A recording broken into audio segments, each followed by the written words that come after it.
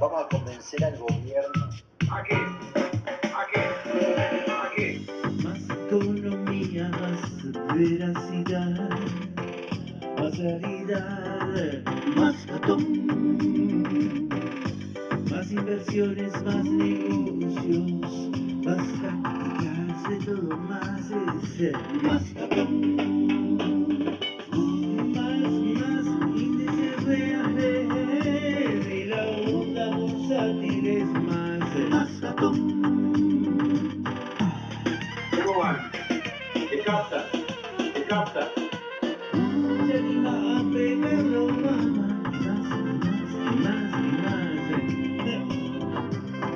ratón. Sirve el papel para abajo.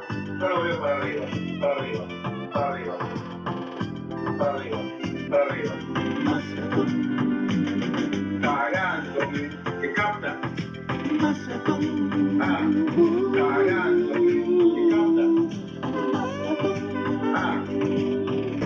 Déjame pensarlo. Déjame pensarlo. Déjame pensarlo. Déjame pensarlo.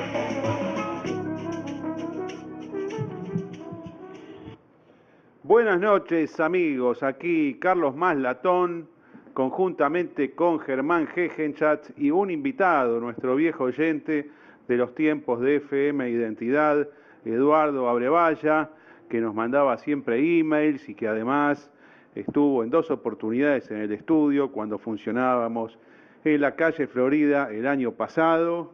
Hoy es domingo a la noche, señores, domingo 8, son las 8:10 de la noche, y conforme a lo que habíamos anticipado en las últimas ediciones con Germán Gegenchat, estábamos pensando en algunos casos probar de hacer el programa por la noche. Un poco tiene que ver también con nuestro tiempo, nuestra organización, pero además desde el punto de vista reflexivo político y sobre los acontecimientos públicos. Germán Gegenchat es de la idea de que a la noche es el momento más adecuado para comentar lo que pasó en el día y hacer nuestro análisis político y nuestra predicción para el día siguiente. Así que comenzamos hoy a la noche.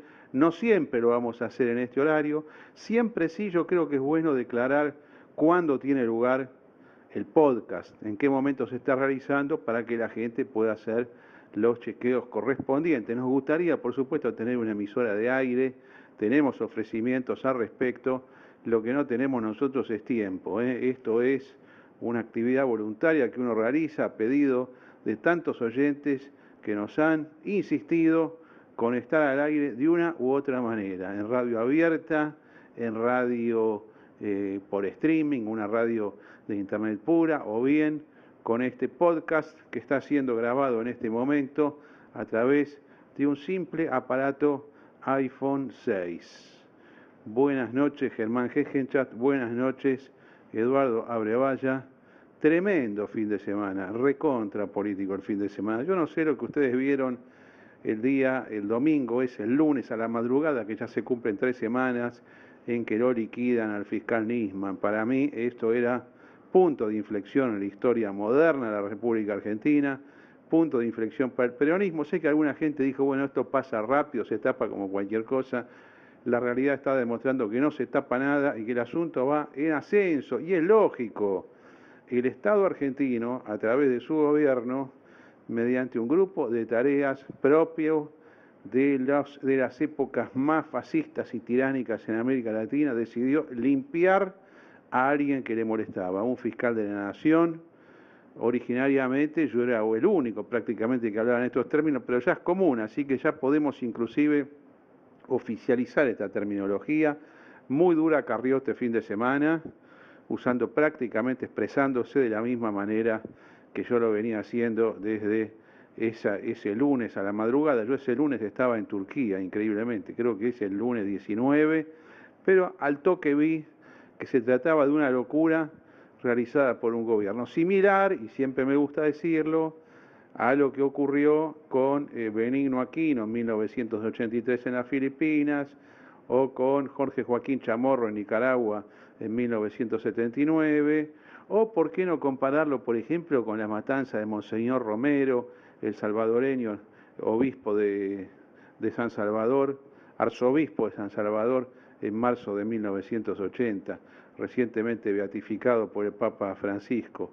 Cosas que suceden en la política, que no deberían pasar si estuviésemos frente a gobiernos y partidos políticos racionales, porque no hay peor cosa. En América Latina, en otras partes del mundo puede ser diferente, pero digamos en América Latina, en Europa, en los Estados Unidos, en Australia, Nueva Zelanda, más o menos en los países que son, o en las zonas que tienden culturalmente a la democracia republicana, matar a un opositor político, matar a un periodista, matar a un cura, matar a un fiscal es una cosa muy grave. Puede ocurrir en el Medio Oriente, en los países árabes, puede ocurrir en Pakistán, puede ocurrir en Afganistán, pero no puede ocurrir en estos lugares del mundo porque no hay tolerancia. Está insurreccionada gran parte de las fiscalías nacionales, gran parte del Poder Judicial. Es como que se dice, esto es el límite, esto es el límite. Yo lo veo al gobierno decayendo fuertemente. Es increíble la torpeza para responder. Y claro, yo los entiendo en alguna medida. Son torpes para responder a eso que ellos ven como una campaña destituyente, una agresión, lo que sea, porque saben que fueron ellos, no tienen defensa. Si no fueron ellos, no toman esta actitud. Este es el gran problema. Esta orden tuvo que venir necesariamente de arriba. Yo ni siquiera creo en el regalo tipo Chabrán, ¿no? Es decir, la guardia de Chabrán lo mató a José Luis Cabeza. No es así. Esta orden tiene que haber sido dada presidencialmente hablando. La presidenta Cristina se enloqueció, va a ser responsable por esto los ideólogos y los ejecutores, pero las consecuencias políticas son tremendas. Scioli dice que no quiere hablar del tema, se lo ve fuertemente afectado, hasta ahora nunca pudo dar un salto y decir yo con el kirchnerismo. No hace falta que lo diga explícitamente, pero tomar distancias razonables, porque él no es parte de los que decidieron matar al fiscal Nisman, entonces podría tomar alguna distancia. Va a la marcha, pero el tipo está desesperado, mientras los otros sectores de la oposición, creo que al PRO le ha venido bárbaro esto, la verdad, hay que reconocerlo, le ha venido bárbaro, pero yo paso ya la posta al compañero Germán Jejecha y enseguida después Eduardo Abrevaya, mejor dicho, Eduardo Abrevaya, gracias por estar con nosotros, buenas noches, aquí estamos en el piso 18 del edificio Cábanac, mirando hacia la Plaza San Martín en el día de hoy, muy amable por tu visita, y adelante con tu reflexión, vos sos abogado, sos una persona que suele escribir, manda sus reflexiones continuamente, las leemos y tenés mucho para decir desde lo institucional. Una breve presentación. Buenas noches a todos, gracias por recibirme. Bueno, en principio estoy bastante preocupado por la situación, acongojado, indignado, no indignado a la manera de los indignados españoles, sino a una indignación propia de alguien que se ve escurrir un panorama democrático, un proceso democrático que está languideciendo. Ahora, vos que has visto, tenés 59 años, has visto mucho en la política, sos un hombre del derecho argentino, ¿cómo puede pasar una cosa así, no? ¿Qué explicación hay? Y además las actitudes del gobierno, yo reitero con esto, a ver, vos que como hombre del derecho, ¿qué sensación te da? No, es inexplicable, o sea, la situación es absolutamente inexplicable, no se lo puede explicar desde el punto de vista racional. Esto es algo propio de un gobierno, de una dictadura, es un gobierno absolutamente despótico, que está mostrando en su huida, porque ya prácticamente me parece que están huyendo con el desastre económico que están dejando, que de eso prácticamente no estamos escuchando nada, y este es una cosa más muchísimo más importante que todo lo demás. Yo comparé en un correo electrónico que te mandé a la muerte de Nisman, la comparo al fusilamiento de Dorrego.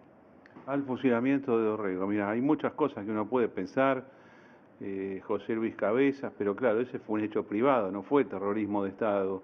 Pero tenemos, ¿se acuerdan ustedes? 1974 creo que fue la muerte del juez Quiroga de la Cámara Federal en lo Penal a manos de los terroristas subversivos. Pero claro, en esa época pasaba cualquier cosa, pues si bueno, este tipo era juez de la dictadura anterior de la Revolución Argentina, obviamente una calamidad porque era un hombre honorable, pero esto es tremendo, ¿eh? Investigaba la causa AMIA y iba a presentar una denuncia contra la presidenta. El contexto es terrible. O sea, un fiscal que denuncia a un grupo de funcionarios del más alto nivel, 5 días después aparece muerto. Es decir, es terrible la imagen que genera eso. Yo fui a Tablada, intenté ir atrás del cortejo, no pude, iba adelante del cortejo. Y mientras iba manejando pensaba, fiscal denuncia, fiscal muere asesinado.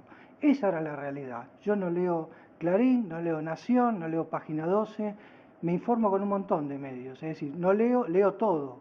O sea, no estaba influenciado por los diarios, sino que estaba influenciado por la más absoluta y cruda realidad. Bueno, digamos que vos sos un hombre de la opinión pública que no necesita que lo formen políticamente, tenés tus ideas siempre y tenés la suficiente capacidad para tener una idea propia, una interpretación propia y no ser llevado de las narices por ninguna campaña publicitaria. Esto es lo que pasa con lo que Durán Barba siempre llamó el círculo rojo, que es la gente más informada. Ninguno de nosotros necesita que nos presente la información, solamente con ver el cable de la agencia de noticias ya nos armamos nuestra propia historia. Inclusive, esto lo tenemos que decir a los oyentes, está mal que hablemos de nosotros mismos así, pero tenemos la capacidad periodística para ver cuando algo es real, cuando algo no es tan real, cuando algo es una mentira, cuando algo es un operativo de prensa y cuando no. Germán Hegencha, tu reflexión de este domingo 8 a la noche. ¿Qué tal, La Bregalla? ¿Cómo estás? Saludos a todos. La verdad que no vi que Scioli vaya a ir a la marcha. Creo que vos no quisiste decir eso. No, perdón, yo leí que dijo que iba a ir. Por ahí estoy equivocado, ¿lo leí mal? Lo que sucedió fue que Pampuro, que es uno de los vicepresidentes del Banco Provincia, adhirió de alguna manera a la marcha. No sé si, la verdad, la presencia del gobernador Scioli en la marcha del 18 sería una ruptura directa con el kirchnerismo, mucho más hoy. Pero no le conviene hacer eso, Hegenchat. Bueno, eso es otro análisis, pero digamos, lo que me da la impresión es que no. No, está bien, pero lo que yo digo es, sería una medida revolucionaria de parte de él, ¿no? Y patea el tablero de nuevo, o sea, sería la segunda gran novedad política del 2015 después del acercamiento de Carrió con Macri. Sí, claramente sería eso. ¿Por qué? Porque estaría cambiando la base electoral a la cual hoy está tratando de sostener Scioli, ¿no? Por la movida del gobierno prácticamente en forma ridícula frente al caso de Nisman. Vos viste que este fin de semana sacaron del sarcófago, digo sarcófago porque parece una cosa de la antigüedad, a carta abierta,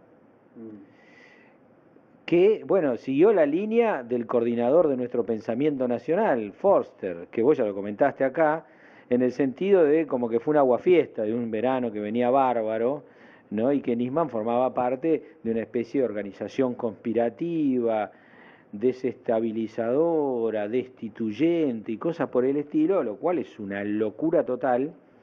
Pero no solo eso, sino que también se expidió de alguna forma justicia legítima en el mismo sentido. Y cuando hablamos de justicia legítima, hablamos de gente que está en funciones en el Poder Judicial. Es decir, que la marcha del 18J tiene que ver con Nisman, 18F, tiene que ver con Nisman, pero fundamentalmente es un acto de defensa de la independencia del Poder Judicial, es decir, el último poder que queda con capacidad de reacción frente al carpetazo, la amenaza y el suicidio fácil. Es decir, ya le liquidaron un hombre y entonces, ¿qué hacen? ¿Se acobachan? ¿Se acobardan? ¿Levantan la mano según dice el gobierno? No. Lo que hacen es apoyarse en la sociedad civil que todavía cree en la vida democrática y quiere una reconstrucción de la vida republicana, y sale a la calle y se anima. Primero salieron los fiscales, ¿no? Y ahora se van sumando jueces, y ahora se van sumando organismos internacionales Yo no sé qué va a pasar el 18 de febrero, lo que sí te digo es que va a ser una marcha tremenda. Esto yo me arriesgo a decirlo hoy, muchos días antes. Te confieso, vuelvo a repetir, que el día que se hizo la primera, que fue el lunes, yo dije, bueno, esto es enero, tan rápido, con horas de conocido. Yo pensé que no iba a haber mucha gente, que iba la gente ahí como del barrio, digamos, ¿no? Como la gente de San Nicolás, de Once, pero que no iba a haber mucha gente, que la mayoría estaba más movilizada con la palita y el baldecito que con el tema de Nisman, que era un baldazo de agua fría demasiado rápido. En Buenos Aires, el 19 de enero, no había nadie, había muy poca gente y a pesar de eso se llenaron las plazas de todo el país, ¿no? De Buenos Aires y de todo el país, obviamente. Bueno, eso a mí me sorprendió. Lo que está diciendo acá Brevalla a mí me sorprendió realmente, porque pensé que iba a demorar en reaccionar, ¿no? La comunidad veía la gravedad del tema. De hecho, digamos, yo de movida lo que pensé fue que era un suicidio administrado, ¿viste? Una cosa extraña, pero bueno, la verdad que me sorprendió. Quisiera, en la misma línea que acabas de decir vos respecto de los fiscales, que tuvieron que salir en forma corporativa a autodefenderse, eso es por un déficit del Poder Ejecutivo, es decir, por la acción y por la omisión directamente de la presidenta Kirchner.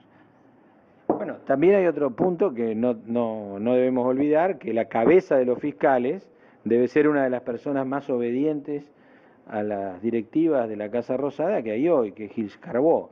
Entonces, lógicamente, los fiscales son un grupo que necesitan buscar un liderazgo para protegerse, y el liderazgo para protegerse me parece que de alguna manera lo ejercen los primeros que lanzaron esta medida del 18 de febrero con, digamos, atrás de la primer construcción de que algún tipo de rebelión sirve para defenderse, que es el caso de Campagnoli, que te acordás que el año pasado lo analizamos.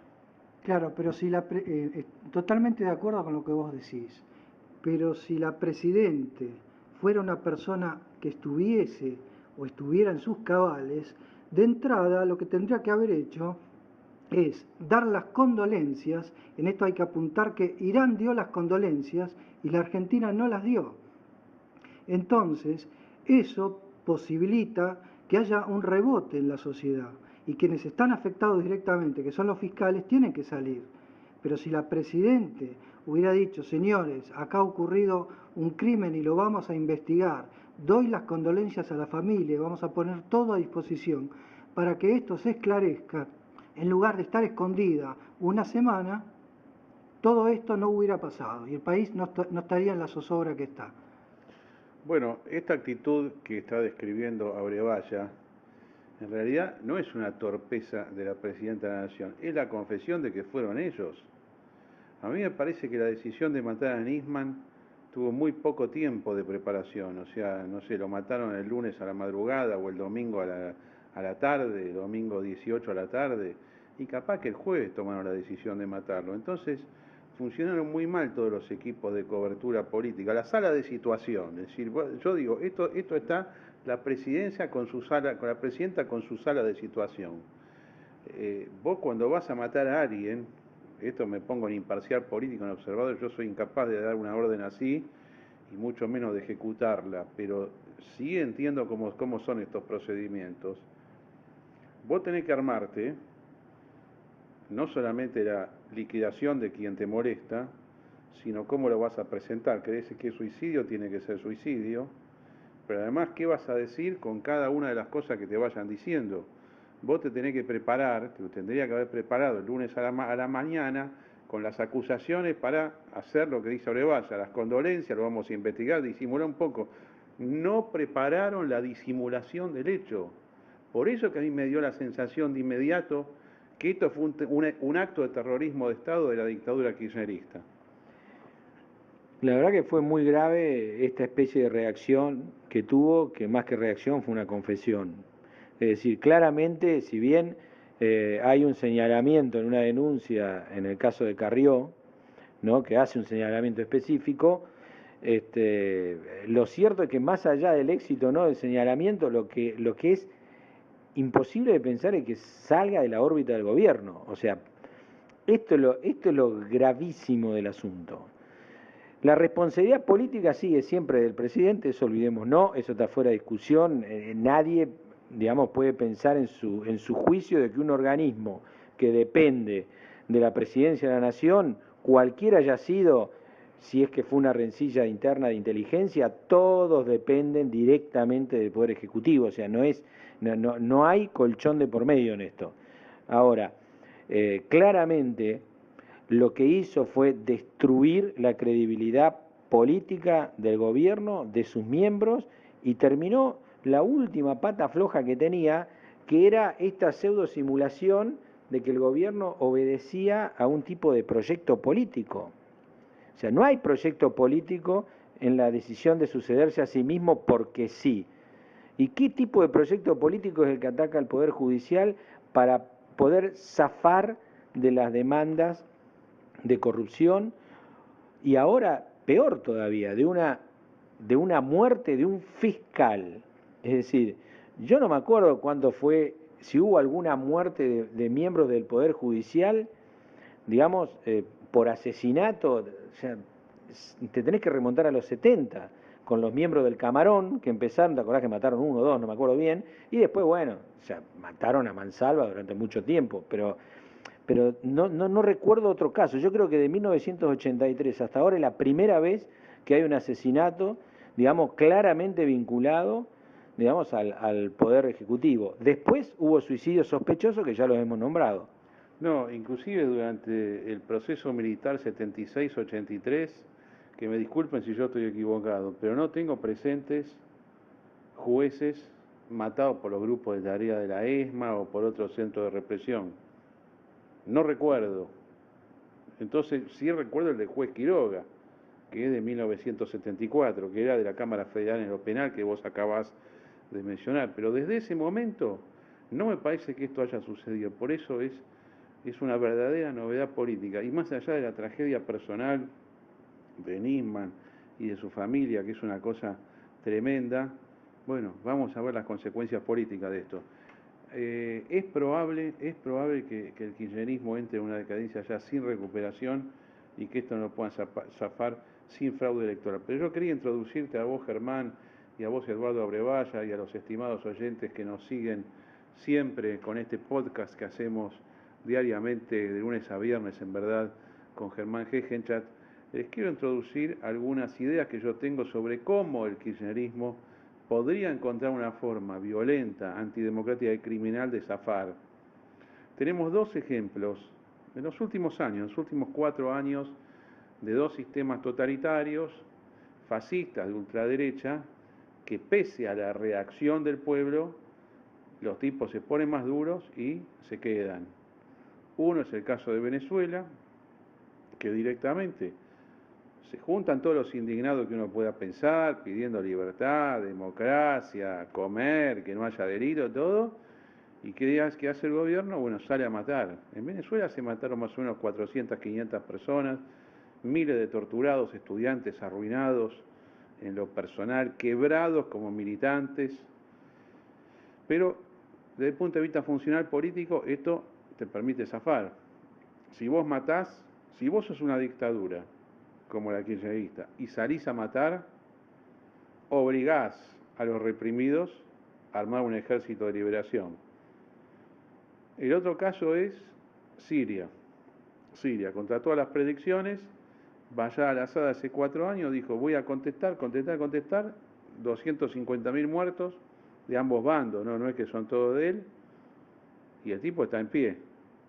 O sea, si vos salís a contestar, técnicamente hablando, por repudiable que sea moralmente, a vos no te pueden voltear.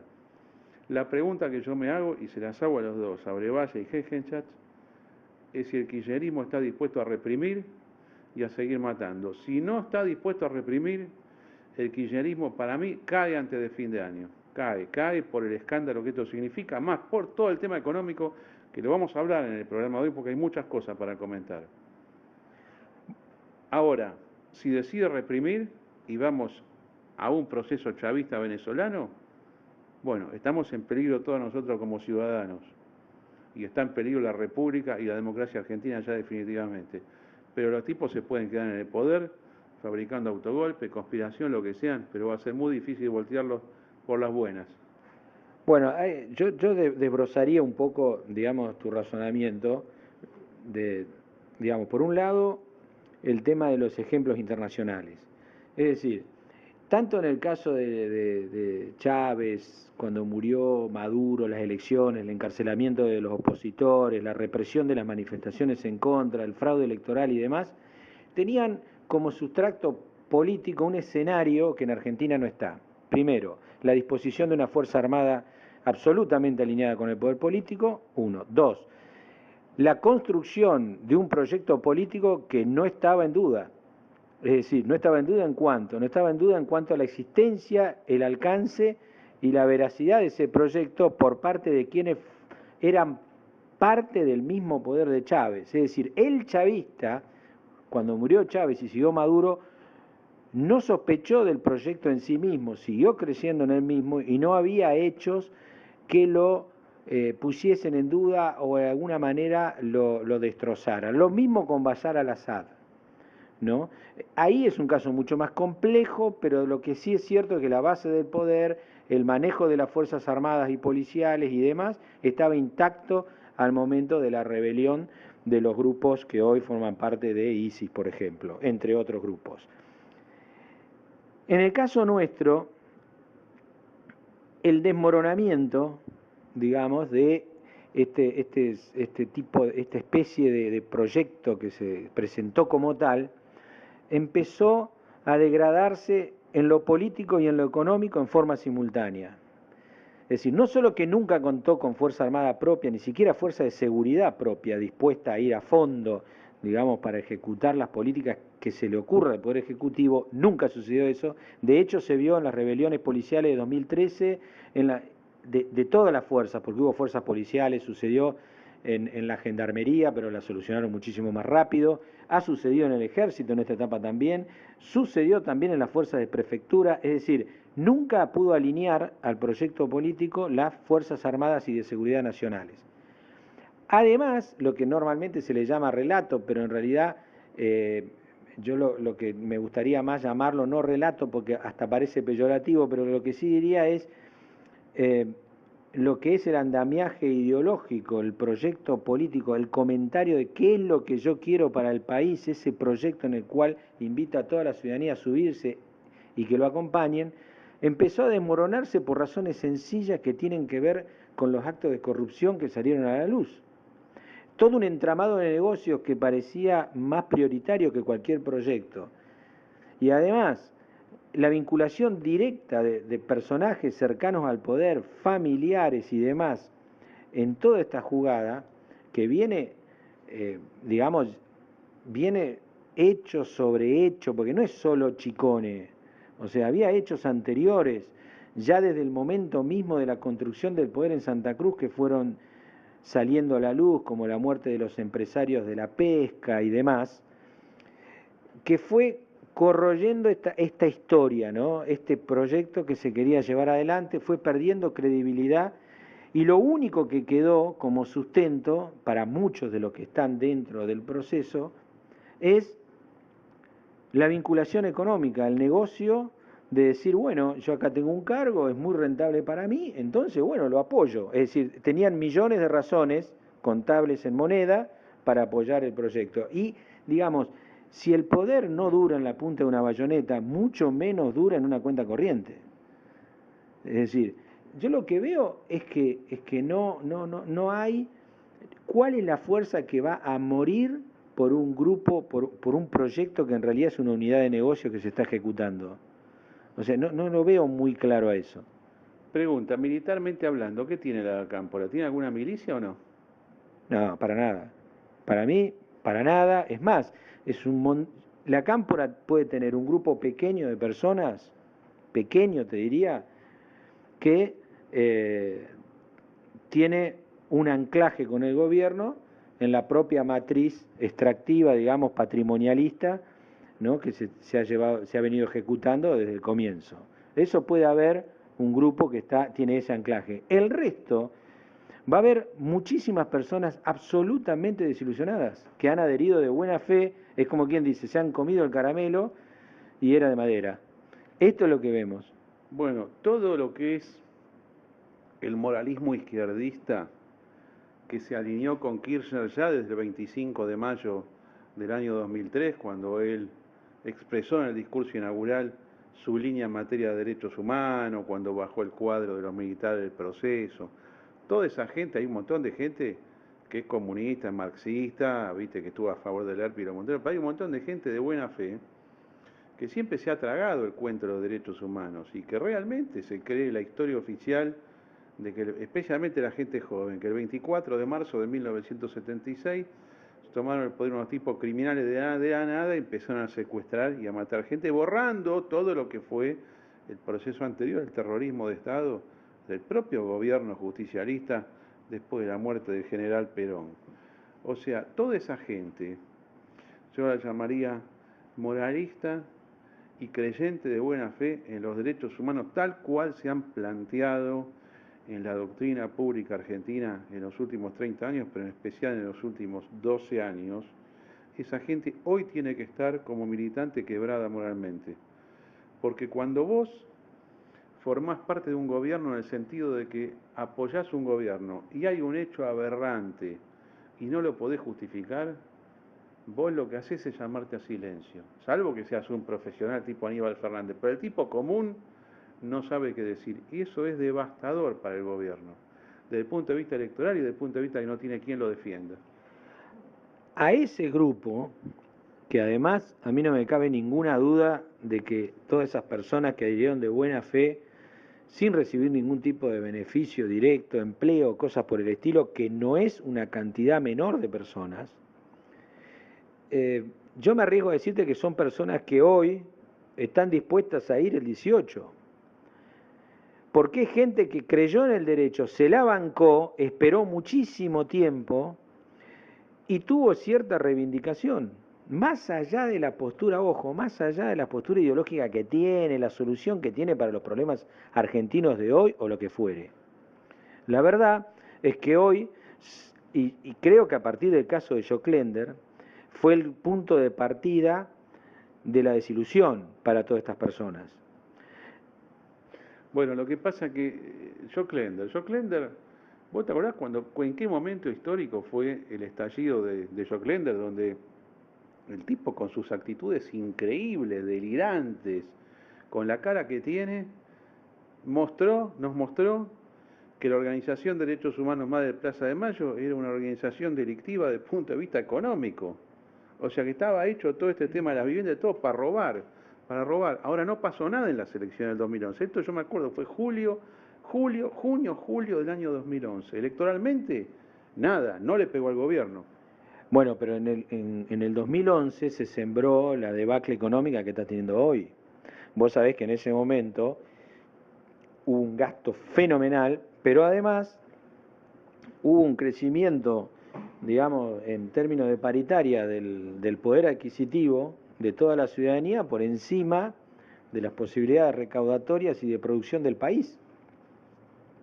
Entonces, claramente, digamos, ahí fue, como quien dice, el primer golpe, digamos, a la credibilidad del gobierno. Después se fue desarrollando y fue madurando. Es lo mismo que ahora. Si vos comparás la cantidad de gente que fue el primer día con la que va a ir el 18F y el nivel de concientización que tuvo, claramente va a ser superior. O sea, además otra cosa, vos no te olvides lo que demoró en caer la consideración pública respecto de la misma Eve de Bonafini.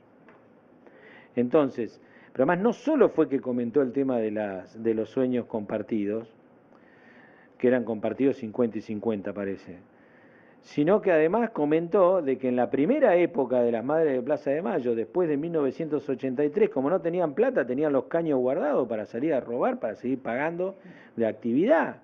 Confesado. O sea, confesado. Es decir, yo digo, a ver,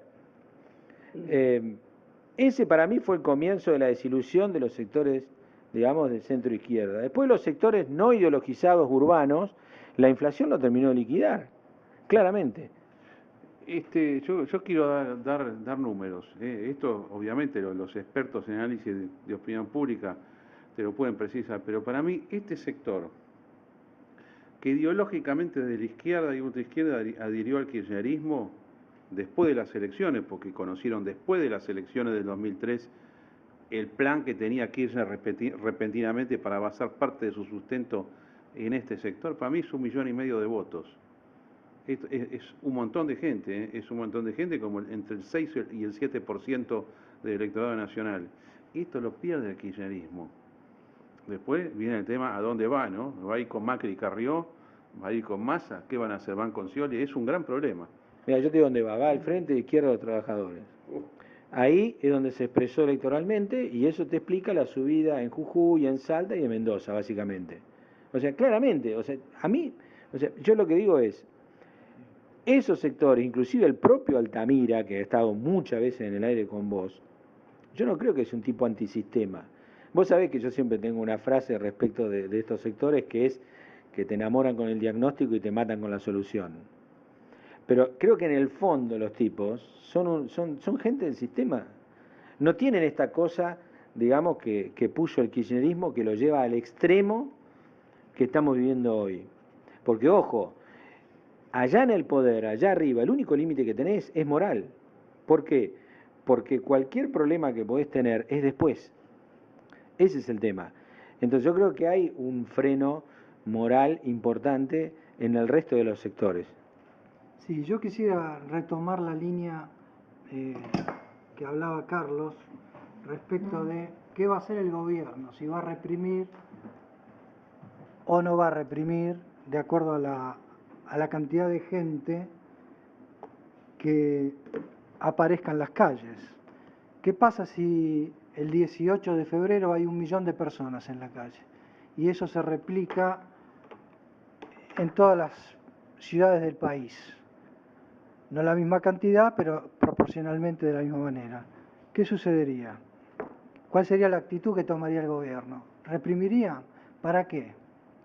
Desnudarían de una vez y para siempre lo que son, que no son un proceso democrático, que son un proceso absolutista, un régimen despótico, un régimen tirano.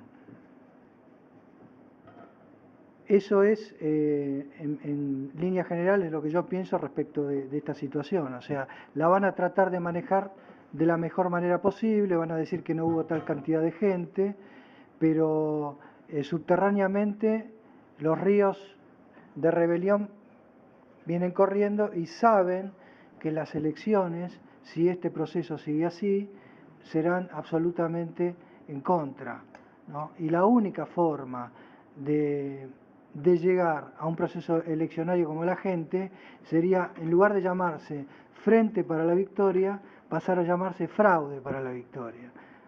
Porque eso lo tenemos que tener presente, que como mecanismo para salir de una situación difícil, yo creo que el kirchnerismo es capaz de usar ese tipo de armas. No sé qué piensan ustedes, pero esta es mi posición. Bueno, sí, yo, contrariamente a la cantidad de ingenuos que hay en los sectores de oposición en Argentina, que ya lo vimos en las últimas elecciones, en todas las últimas elecciones, donde dice, bueno, no tiene posibilidad de ganar el kirchnerismo. Sí, es verdad, si vos agarrás, encuestás a cómo la gente está dispuesta a votar en el día de hoy, el kirchnerismo pierde. Es más, la preocupación de Daniel Scioli tiene que ver con esto. El tipo está dañadísimo desde el punto de vista moral por esto, porque ahora no tiene cómo justificarlo. Pero estos sistemas totalitarios sí pueden intentar fraude electoral. Ahora, el fraude electoral, yo te digo cuándo funciona. Funciona cuando el oficialismo que hace fraude al menos tiene 25 o 30% de los votos.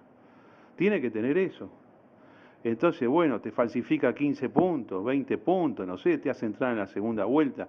Pero yo no sé si va a llegar a tanto el gobierno. Mirá que esta gente puede entrar en una caída. ¿Ustedes se acuerdan del año 1983? O mejor dicho, el proceso militar. Vamos al proceso militar, que nunca dio elecciones para autorrenovarse, pero que todos sabemos que tuvo un gran apoyo hasta Malvinas. Hasta después de Malvinas tuvo enorme apoyo del gobierno militar.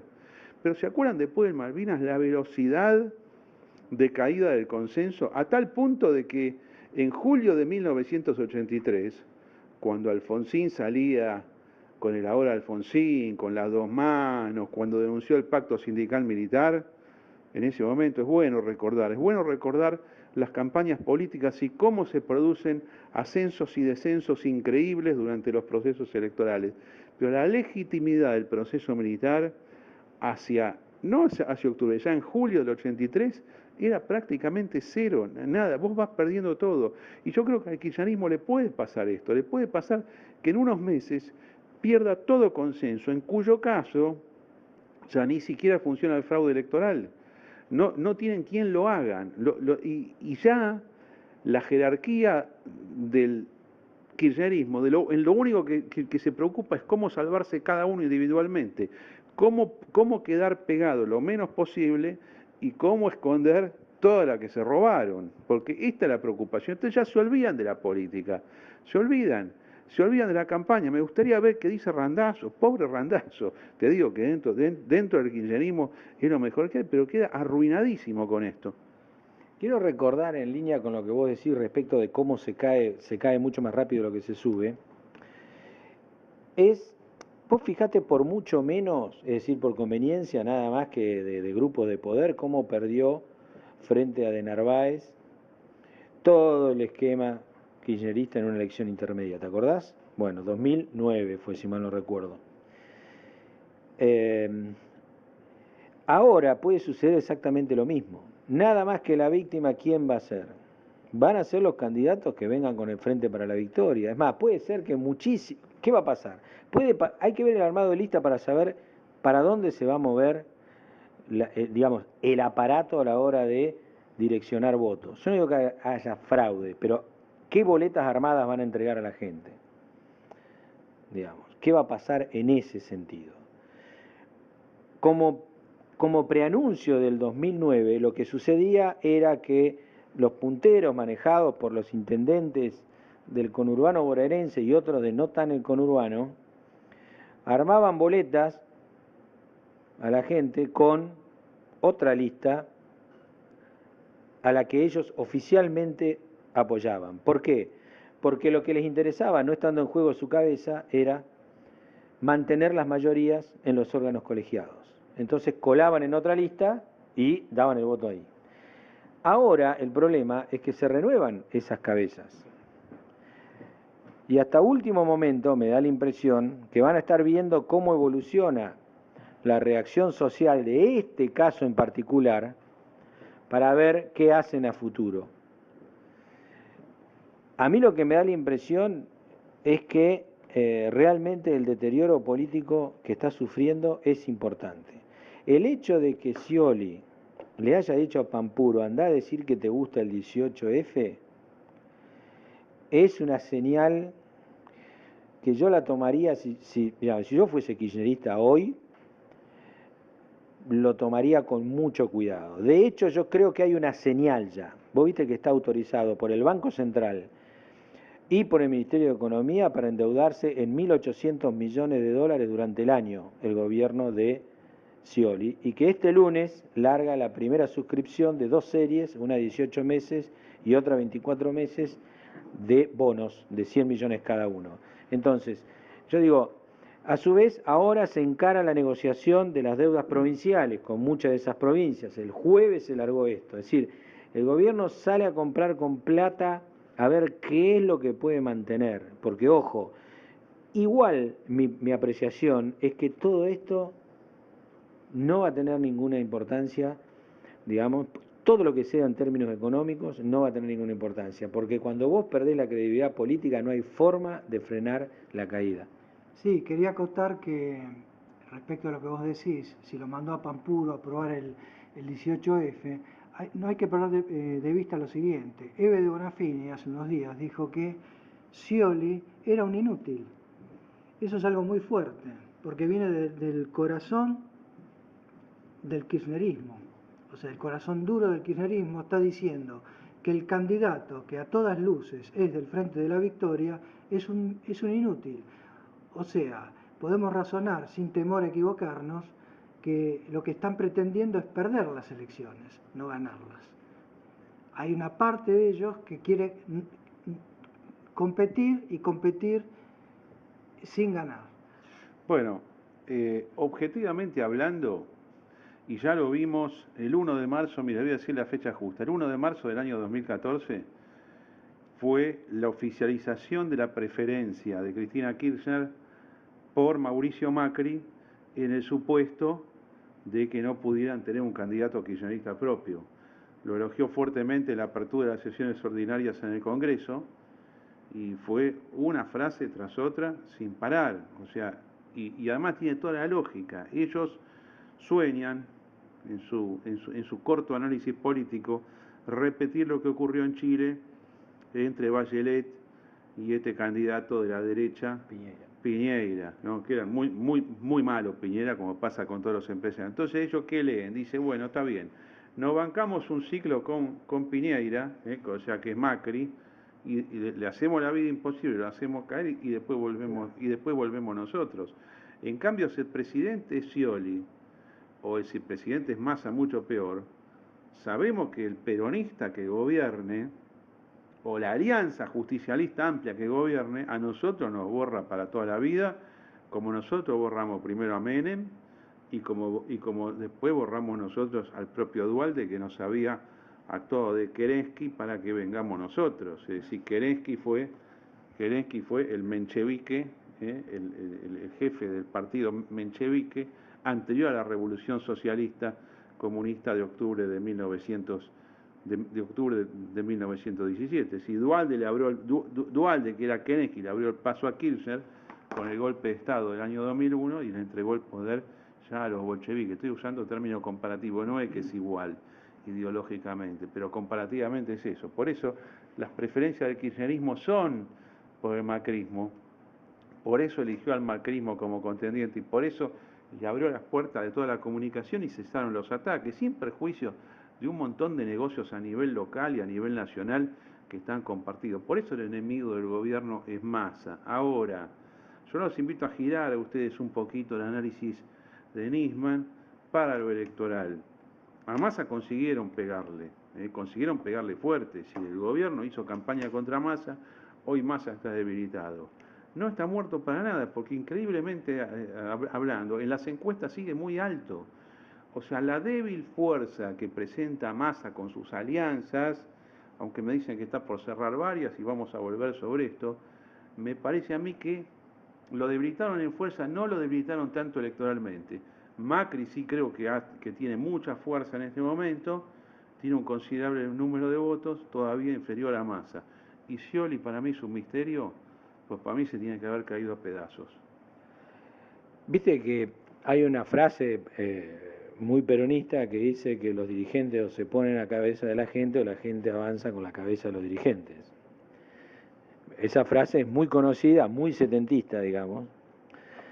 Ahora vos fijate, todo depende de que haga Scioli, digamos, porque lo que no podés hacer es contener el voto peronista, nunca lo podés contener.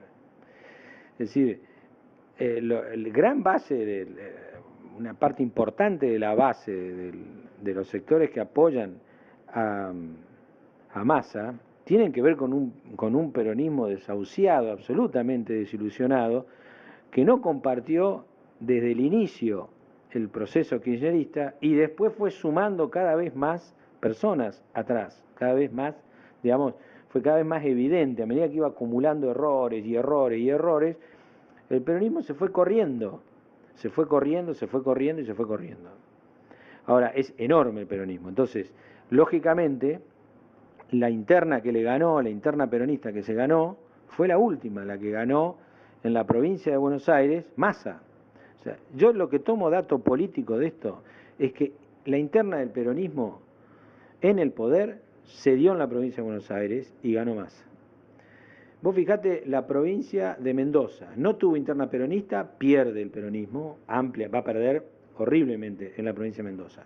La provincia de Santa Fe no supo dar nunca una interna peronista, no la da ahora y ni siquiera lo quieren encabezar. O sea, este es el punto.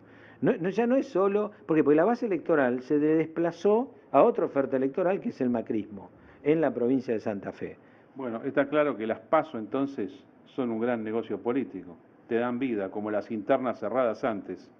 Bueno, pero hay que ver qué hace el voto, digamos, porque a ver, lo que yo estoy queriendo terminar de decir es que quizás Scioli dice, bueno, llego tarde al cumpleaños de la oposición, no gano nada yéndome, bueno, digamos, muero electoralmente en esta línea, a ver si entro en la segunda vuelta.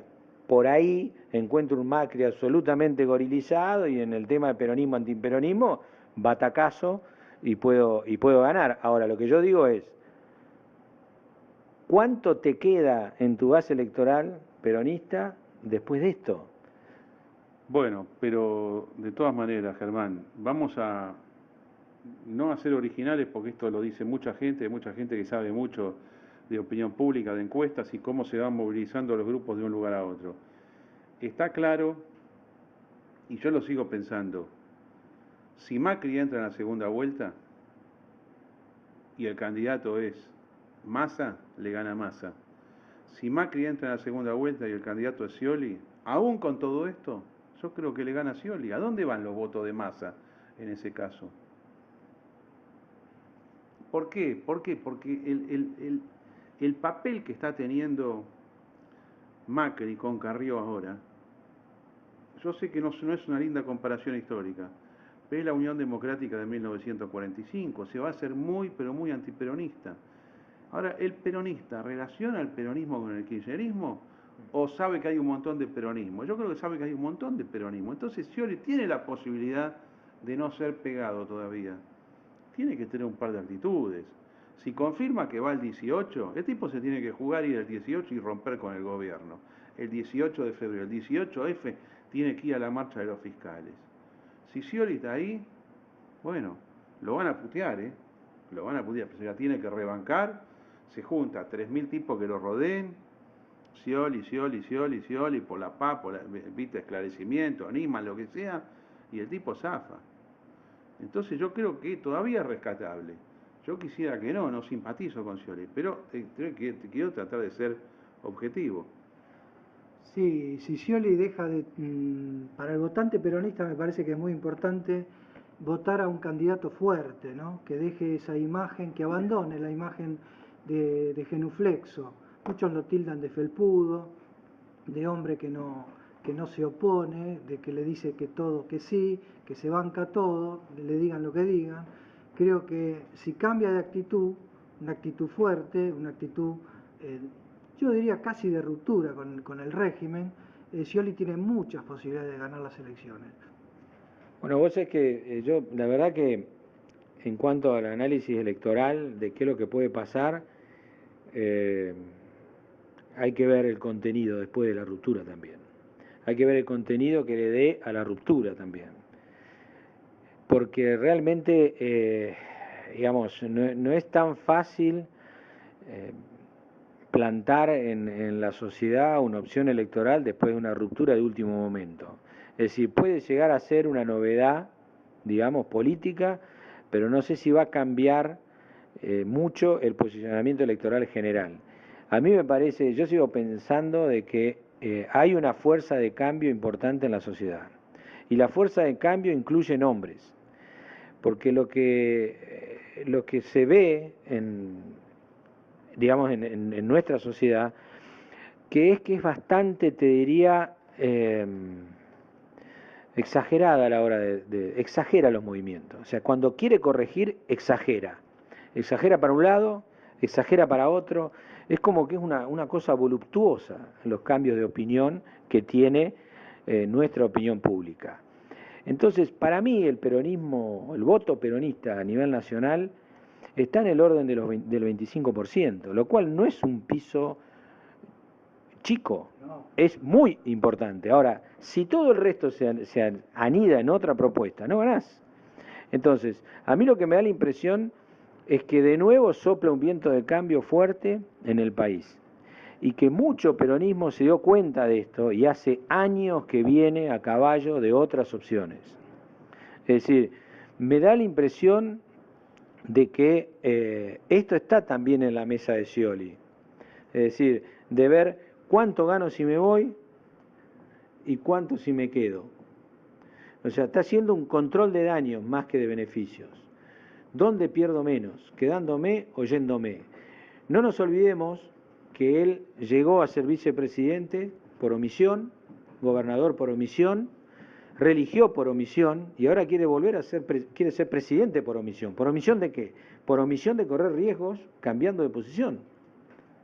Seguramente está haciendo lo que vos decís, Germán, pero los acontecimientos en la Argentina se están acelerando violentamente, porque a la muerte de Nisman, que es un caso de gravedad institucional extremo, hay que sumarle el problema económico grave que tenemos, la recesión que hay, la falta de divisas, el corset que tenemos desde el punto de vista del comercio exterior. Eso va a ser más, ni hablar del tema de los holdouts, de la deuda impaga, del default, del cierre de empresas, en fin, son muchos problemas y hay que tomar el toro por las astas.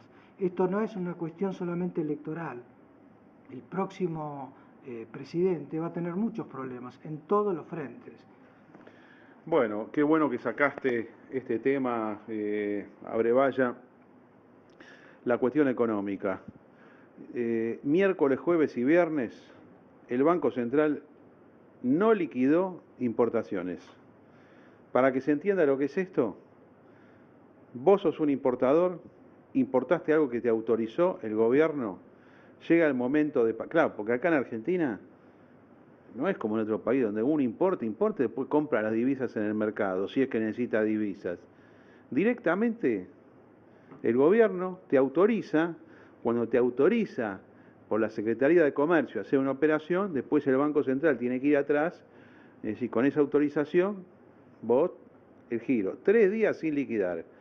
No hay explicación, es un hecho rarísimo, es un hecho que no es compatible con las reservas que ellos mismos dicen que tienen, no es compatible con un estado total de desesperación y con lo que yo creo que va a venir ahora. Se va a descubrir que las informaciones sobre reservas no es que estaban maquilladas y presentadas de forma tal que dieran 32.000 millones de dólares, sino directamente números falsos. Es lo que yo espero que se descubra en los próximos meses. Eso va a ser un escándalo. Respecto de... fue el último programa que hicimos, creo que hablamos, que no nos explicábamos el tema de la orden de no pagar, de no liquidar operaciones de comercio exterior de importaciones. Pero ahora, viendo así, ampliando el panorama, viendo todas las medidas económicas en su conjunto, se me dio por pensar lo siguiente: ¿están volviendo a apretar a los exportadores de soja para que liquiden de nuevo exportaciones antes de tiempo? Si vos parás el pago a los importadores y le pedís plata a los...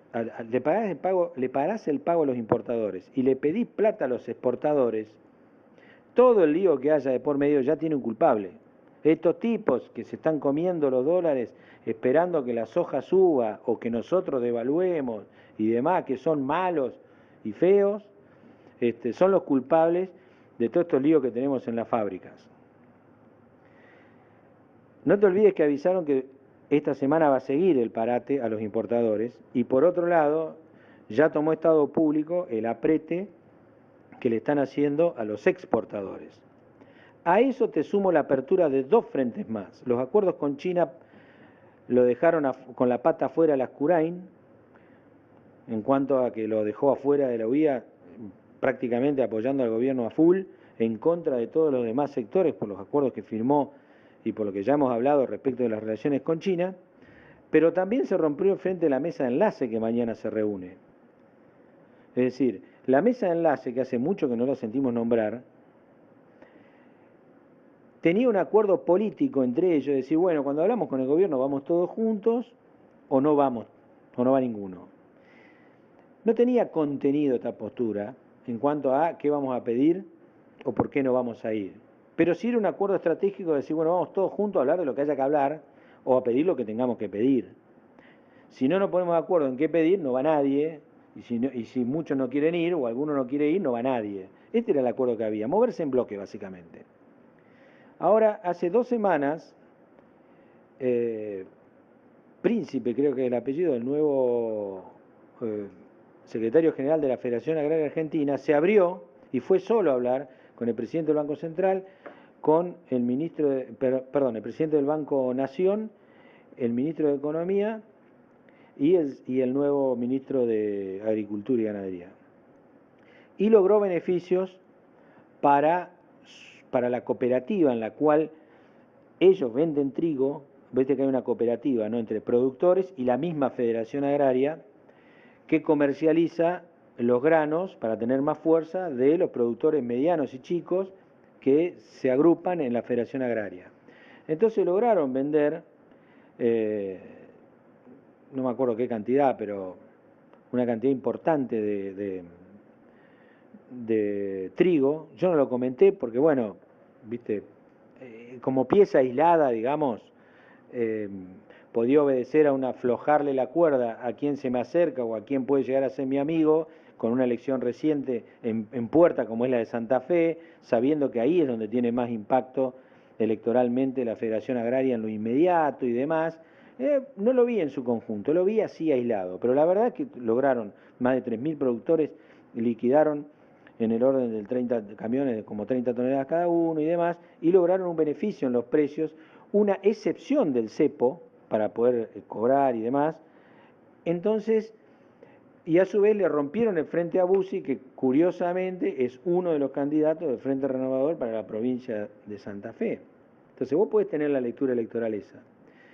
Pero yo también tengo la lectura de que los tipos necesitan a toda costa tener dólares, porque el comercio exterior no solo que no está, digamos, proyectando lo pesimista que venía del año pasado, que lo analizamos en los meses de noviembre y diciembre en el programa, cuando estábamos todavía en Radio Identidad, sino que además cae más aún hoy. Es decir, que las peores de las proyecciones han empeorado. Bueno, yo voy a hacer mi pequeño aporte desde lo financiero.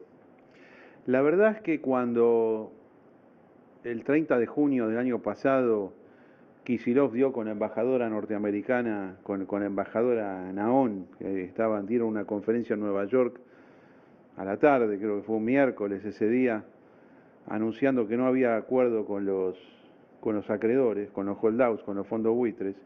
Ahí se produjo una bajada impresionante en los mercados, ¿no? Es decir, los títulos argentinos se desplomaron las acciones, cayó todo fuertemente. Después hubo un proceso hasta octubre de recuperación, fue fuerte la recuperación. Todos los movimientos de los últimos años durante el kirchnerismo son muy fuertes para un lado y para otro, pero muy fuertes, pero siempre estamos en la misma zona. Hace 10 años que no podemos salir de un nivel de Merval cercano a los 500, 600 dólares, y los títulos siguen dando rendimientos muy grandes para lo que debió haber sido el país, inclusive en sus tiempos de mayor firmeza fiscal, que fueron 2006, 2007, 2008 hasta la crisis del campo. Pero, ¿a dónde quiero ir con esto? En realidad, nosotros tenemos debilidad en los mercados argentinos, pero lo que no tenemos por el momento es un desplome enorme. Tenemos una de las acciones que es la que más atención hay que prestarle, que es YPF, que está realmente baja. Es una acción que llegó a valer 45 dólares hacia mitad del año pasado, hoy vale 22, cayó 50%, ya el market cap de YPF es inferior, bastante inferior en lo proporcional al 51% que se compró, digamos, que se canceló como producto de la confiscación que había tenido lugar hace 3 años en el año 2012. Los mercados están mal, pero no acusan hasta el momento lo que técnicamente se llama la aceleración bajista, que es cuando cambia la onda de positiva o de estable a negativa, que es cuando empiezan las corridas bursátiles para deshacerse de los activos argentinos, las corridas cambiarias y las corridas bancarias. Todavía no estamos en eso.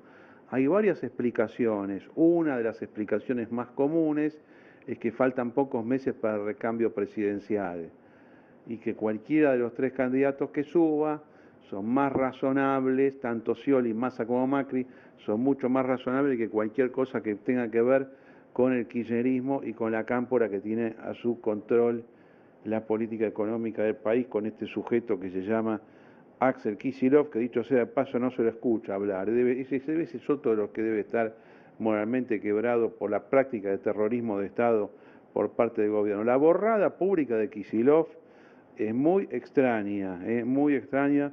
Fíjense, prestar atención a este sujeto que no le debe hacer ninguna gracia en su interior, teniendo a Milani, a Berni, a todos estos tipos, aparentemente que son los ejecutores de la orden presidencial de matar a Nisman.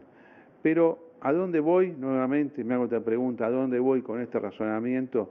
A que en un momento determinado los mercados sí se quiebran, sin motivo aparente alguno.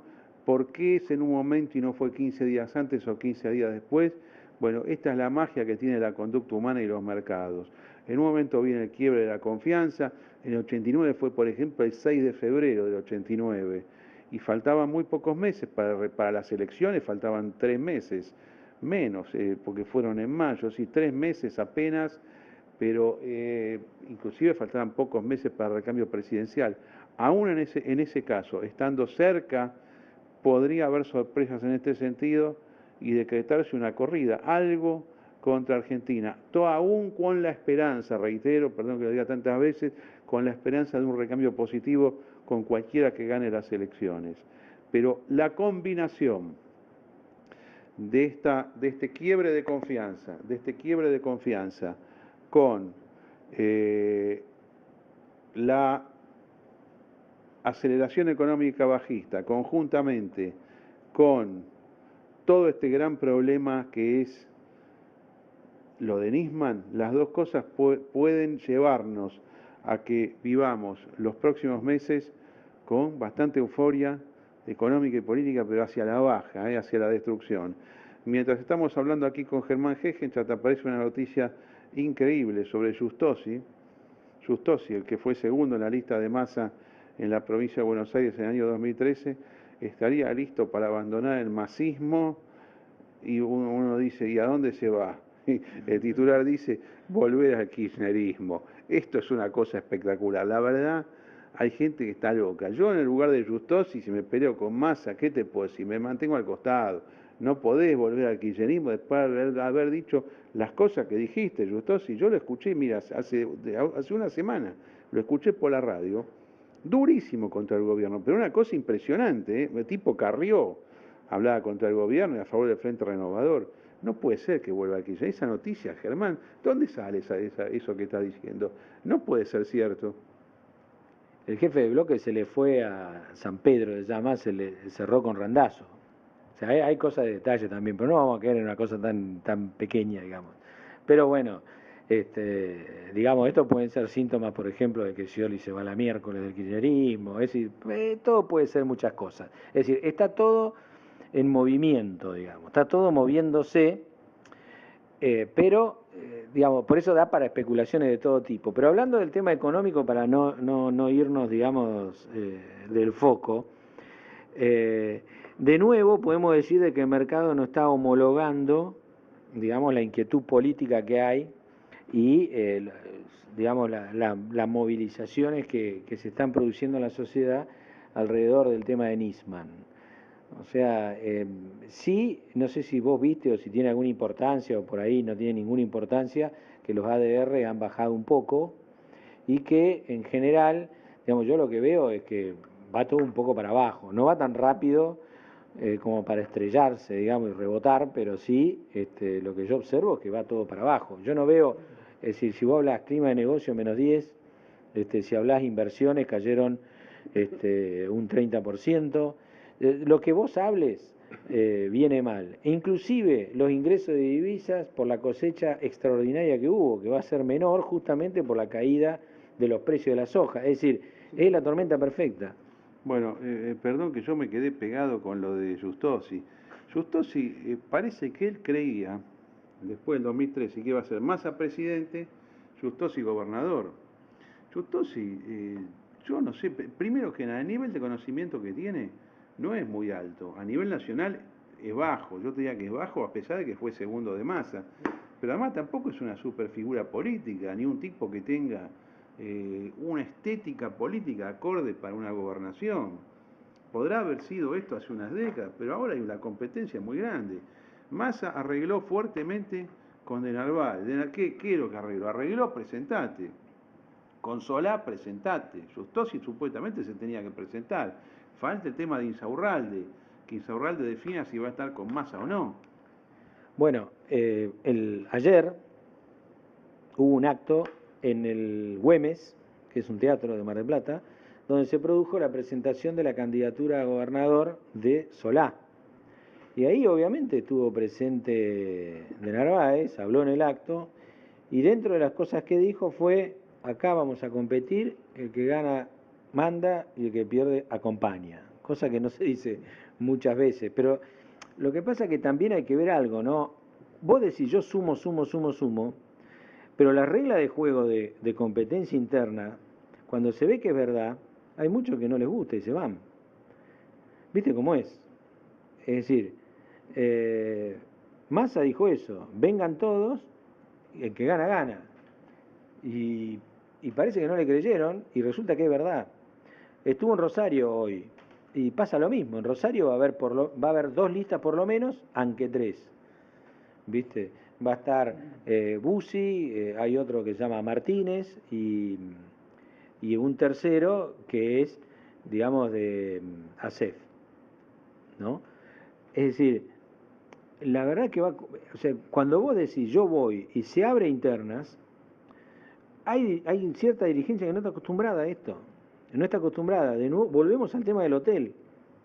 Es decir, hay gente que no le gusta competir por la góndola y prefiere ganar la cabecera de góndola en un hotel. Entonces, a mí me da la impresión de que sí, Justosi no le da para competir con Solá y con De Narváez. Sinceramente, a mí me parece que no tiene esa potencia.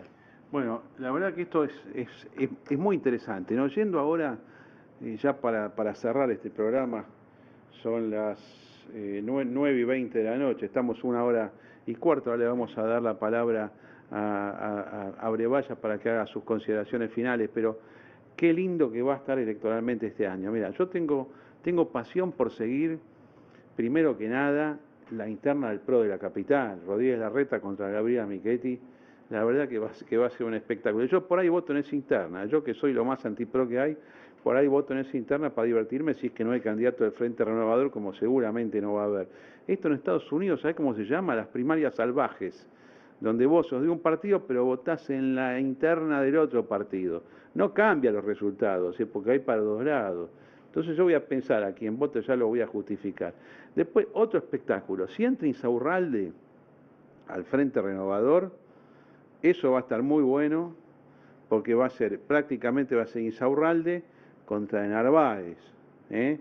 El tipo con la supermina, el otro que también, viste, es un playboy, con muchísima plata para gastar, o uno cree que tiene mucha, yo no sé cuánta plata tiene De Narváez, y además cuánto puede jugar. Evidentemente ha sido un tipo muy generoso con la política, porque lo que ganó con Casa Tía lo puso real. Eso va a ser un espectáculo. Y el otro espectáculo es Carrió contra Macri, si finalmente van a las PASO. O sea, el año va a estar fabuloso.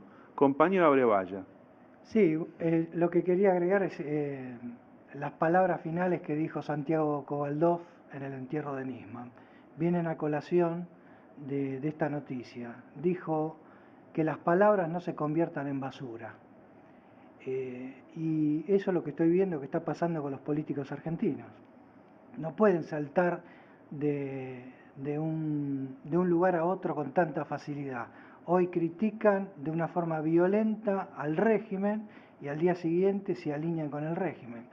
¿Qué puede pensar la gente? ¿No? Es realmente una cosa que está en sintonía con lo berreta que estamos quedando como país luego de 12 años de este régimen kirchnerista, que yo desde hace un tiempo digo que el kirchnerismo es el enemigo de la República.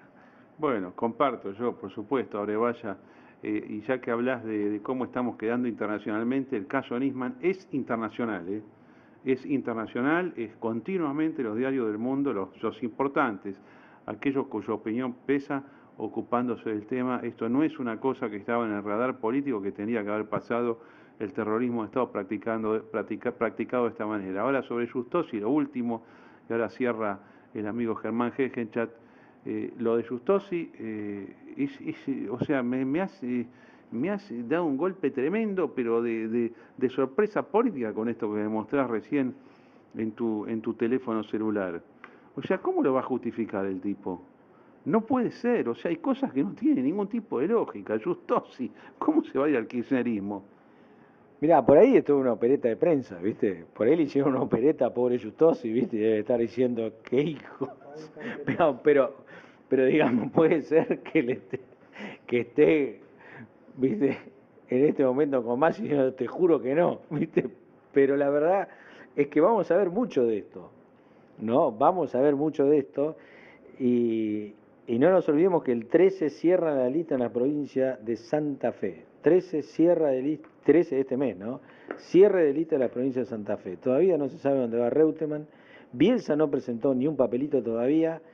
Es decir, está abierto todo lo que sería, no sé si llamar el Frente para la Victoria residual o el peronismo residual, porque o sea, se comió gran cantidad de peronismo del CEL, que yo lo considero un peronista del espectáculo, ¿no? O sea, para mí del CEL es el típico peronista del espectáculo, pero viene muy bien ahí Macri, la verdad que viene muy bien, se le sumó UPCN, recordamos ese tema, ¿no? Para los que dudan de que hay sectores del peronismo que ven en el kirchnerismo un auto que se estrella, y bueno, todo puede pasar, si no se mueven los dirigentes a tiempo, se le van los votos.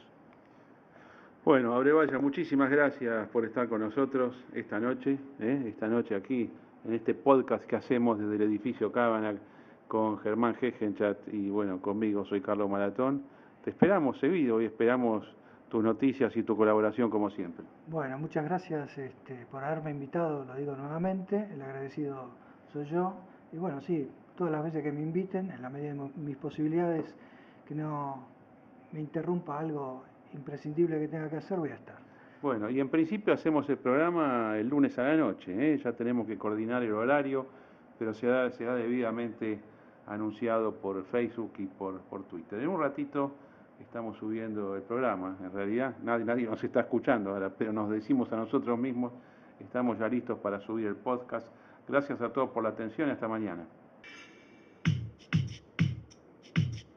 Vamos a convencer al gobierno. ¿A qué? ¿A qué? ¿A qué? Más economía, más veracidad, más realidad, más ratón, más inversiones, más negocios, más tácticas, de todo más es más ratón. Más índices reales y la onda bursátil es más ratón. ¿Cómo van? ¿Qué captan? ¿Qué captan? Se anima a pegarlo, mamá, y más ratón. Irme el papel para abajo. Yo lo veo para arriba, para arriba, para arriba, para arriba, para arriba. Más ratón, Cagándome. ¿Qué captan? más ratón, Cagándome. ¿Qué captan? más ratón, Déjame pensarlo. Déjame pensarlo. Déjame pensarlo. Déjame pensarlo.